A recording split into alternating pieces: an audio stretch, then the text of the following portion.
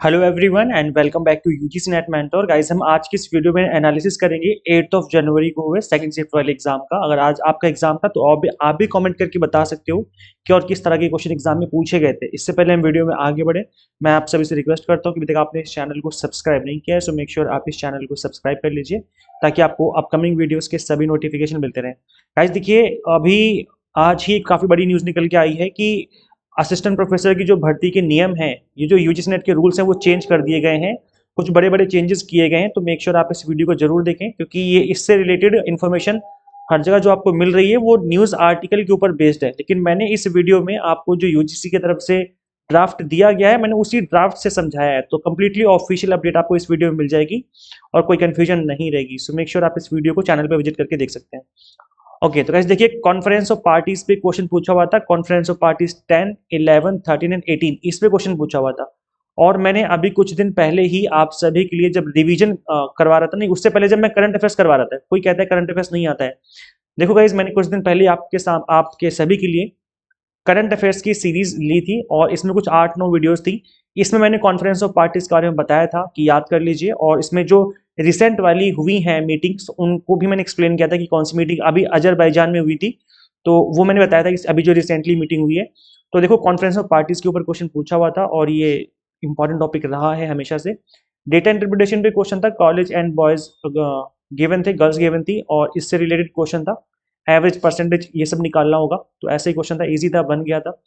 Question on which country is producing highest green house gas, इस तरीके का question पूछा हुआ था। अच्छा, मैं इससे पहले और डिटेल में बताऊं, मैं बता दूं कि ये मैं शिफ्ट 2 का करवा रहा हूँ और शिफ्ट 1 का मैं मॉर्निंग में करवा चुका था। शिफ्ट 1 प्लस शिफ्ट 2 दोनों के ही जो क्वेश्चन है, जो टॉपिक्स हैं, इनको मैं एक्सप्लेन करूंगा। रात को 8:30 बजे के आसपास वीडियो आएगी जिसमें मैं न्यूमेरिकल क्वेश्चन है, जो थ्योरेटिकल क्वेश्चन है, उनका सॉल्यूशन भी आपको देने वाला हूँ। तो मेक श्योर आप उस वीडियो को भी देखिए जिससे आपको इन सभी क्वेश्चन के सॉल्यूशन पता चल पाए। जैसे ये वाला क्वेश्चन है, अब ये कौन करता है, ये आपको रात को 8:30 बजे वाली वीडियो में पता चलेगा।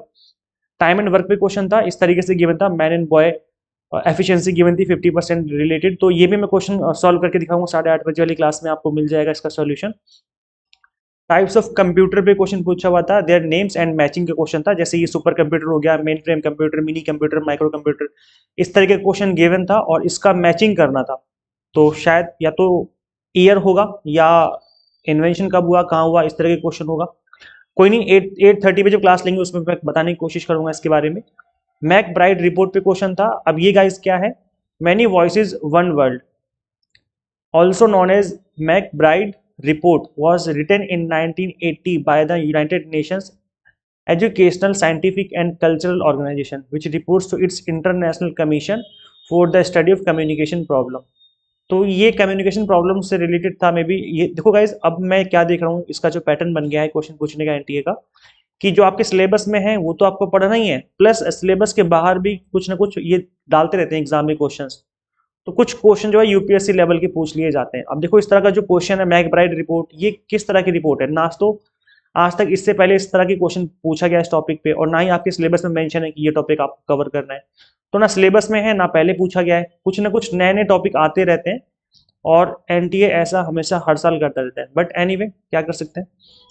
क्वेश्चन है पोस्ट परफॉर्म्ड बाय। अब ये पीओएसटी क्या है गाइस, देखो पोस्ट जो है ना, ये इसकी फुल फॉर्म है power on self test is indeed performed by the BIOS. अब एक बार तो बीआईओएस की फुल फॉर्म ही पूछ ली गई थी एग्जाम में, तो इसकी फुल फॉर्म होती है basic input output system firmware. Main BIOS responsible during POST. तो ये वही है, पावर ऑन सेल्फ टेस्ट जो है वो बीआईओएस करता है, और आपके एग्जाम में पोस्ट परफॉर्म्ड में पूछा था तो ये बीआईओएस ही करता है इसका परफॉर्म। यूडीएल की फुल फॉर्म पूछी हुई थी। यूडीएल की फुल फॉर्म क्या होती है गाइस, यूडीएल की फुल फॉर्म होती है universal design for learning. It is a teaching approach that works to accommodate the needs and abilities of all learners and eliminates unnecessary hurdles in the learning process. तो ये full form थी, इसकी full form ये रखी आपके सामने, और ये टीचिंग अप्रोच से रिलेटेड है।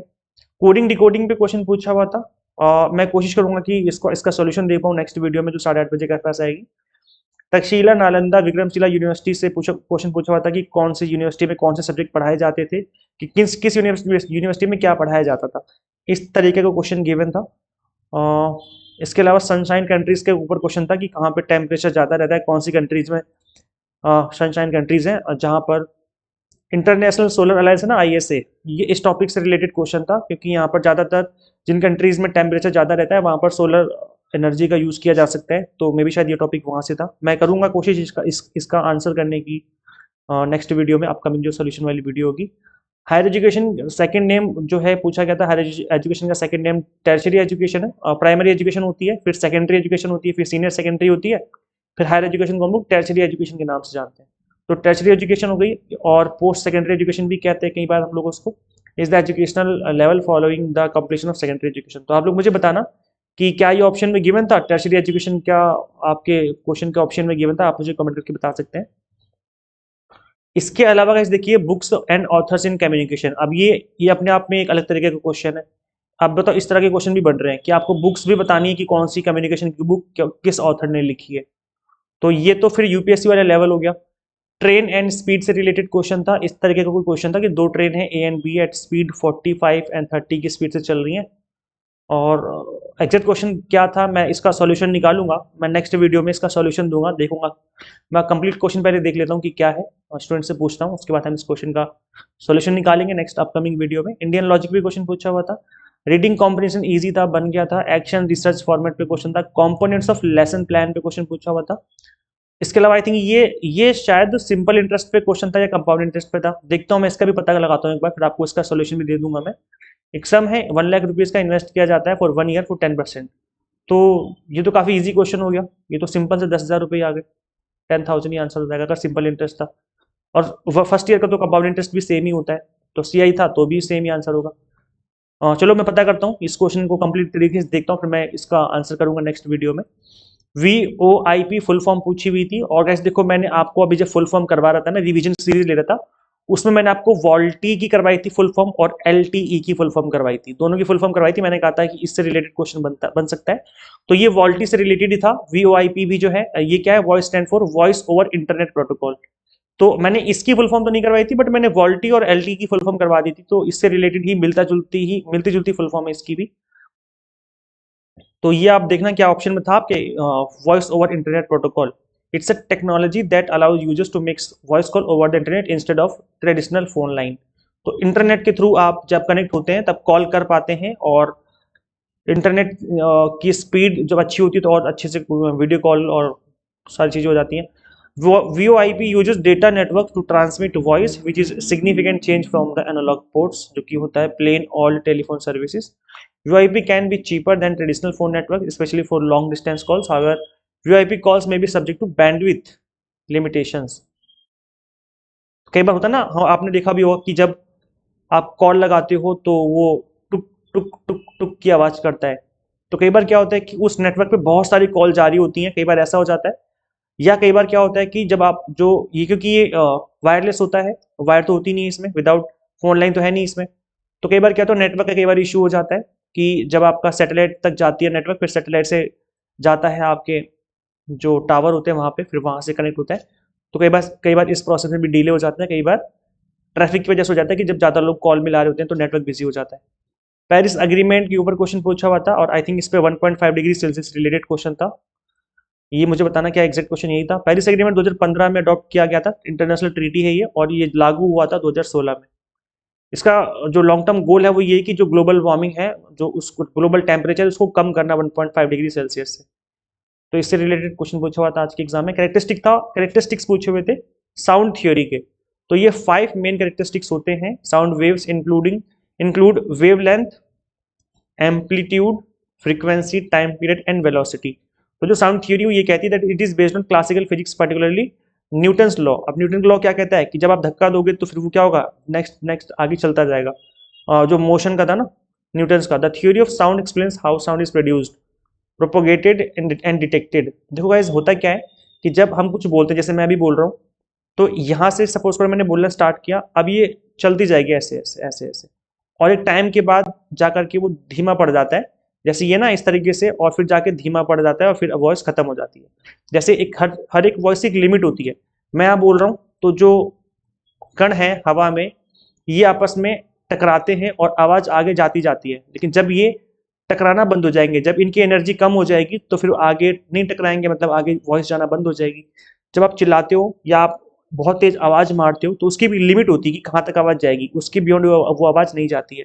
तो इसका मतलब है कि जहां तक आवाज जा रही है वहां तक तो वो जो कण है हवा में वो टकरा रहे हैं और वो आपकी वॉइस को वहां तक लेके जा रहे हैं, लेकिन उसकी भी एनर्जी है ना, वो जब टकराते जाएंगे फिर एक लेवल के बाद वो धीमे पड़ जाएंगे, फिर वहीं तक आवाज जाती है, उसके बियॉन्ड फिर आवाज नहीं जाती है। तो इस तरीके से जो है ये मूव करते हैं, और ये इसकी ये कैरेक्टरिस्टिक्स थे हमारे साउंड थ्योरी के, जो एग्जाम में पूछे हुए थे, 5 मेन कैरेक्टरिस्टिक्स थे। तो इससे रिलेटेड क्वेश्चन बना था आज के एग्जाम में। टर्शियरी सीवेज ट्रीटमेंट पे क्वेश्चन भी पूछा हुआ था आज के एग्जाम में, ये आपका लास्ट पीपल डेवलपमेंट इन्वायरमेंट से था। Tertiary sewage treatment is the final stage of waste water treatment and it removes contaminates that secondary treatment can't. अब कुछ इस तरह की गंदगियां होती हैं जो सेकेंडरी ट्रीटमेंट नहीं कर पाता साफ, फिर वो टर्शियरी सीवेज ट्रीटमेंट करता है। और ये कैसे करता है, इसका पर्पस क्या होता है? Improve the quality of treated water before it's release into the environment. और मेथड क्या यूज किए जाते हैं? फिजिकल एंड केमिकल प्रोसेस भी होते हैं, फिल्ट्रेशन वगैरह होता है, एब्जॉर्प्शन होता है, डिसइंफेक्शन होता है, और इसके थ्रू फिर हम वाटर को साफ करने की कोशिश कर रहे होते हैं।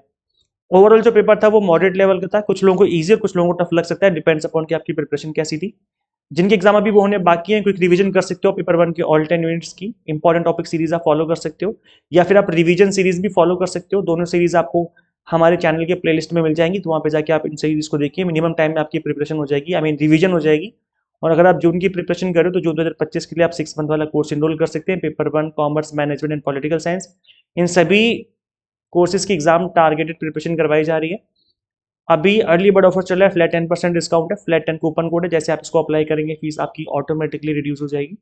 तो यहाँ पर क्या कुछ मिलेगा मैं बता दूँ आपको। Complete video lectures bilingual, 100 mock test and PDF notes मिलेंगे, जिसके थ्रू आप multiple time revision and practice कर सकते हो। तो किस तरीके से इनरोल करना है आपको? सिंपली गूगल प्ले स्टोर से एग्जाम एंटर ऐप इंस्टॉल कर लेनी है। अगर आप iOS यूजर है तो उसका लिंक भी आपको इसी वीडियो के description box and comment box में देखने को मिल जाएगा। So thank you so much for watching this video, share this video with all UGC NET aspirants and guys, मिलते हैं हम लोग फिर नेक्स्ट वीडियो में। Till then keep watching UGC NET mentor. Thank you so much.